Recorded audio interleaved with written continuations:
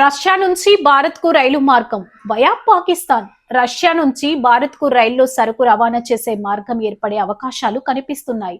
ప్రపంచంలోని కీలక సముద్ర వాణిజ్య మార్గాల్లో అనిశ్చిత పరిస్థితులు నెలకొంటున్న నేపథ్యంలో సముద్ర మార్గాలకు ప్రత్యామ్నాయంగా భారీ రైల్వే కారిడార్ ను అభివృద్ధి చేసే అవకాశాన్ని రష్యా పరిశీలిస్తుంది. రష్యా ఉప ప్రధాని మరాట్ కస్నూలిన్ ఈ ప్రతిపాదనను ప్రస్తావించారు. రష్యా నుంచి హిందూ మహాసముద్రం వరకు రైల్వే లింక్ ఏర్పాటు చేసే సాధ్యాసాధ్యాలను పరిశీలించాలని ఆయన సూచించారు. తుర్క్ మొనిస్తాన్, ఇరాన్, ఆఫ్ఘనిస్తాన్, పాకిస్తాన్ మీదుగా ఈ రైల్వే మార్గాన్ని తీసుకెళ్లే అవకాశం ఉందని తెలిపారు.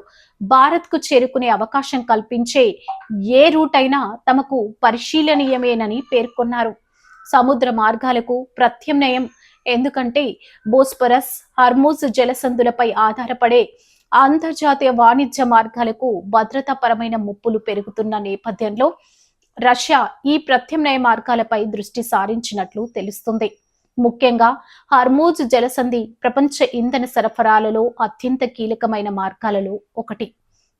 ప్రపంచ చమురు వాణిజ్యంలో సుమారు 4వ వంతు, ప్రపంచ ఎల్ఎన్జి సరఫరాల్లో దాదాపు 5వ వంతు ఈ ప్రాంతం గుండా సాగుతుందని అంచనా.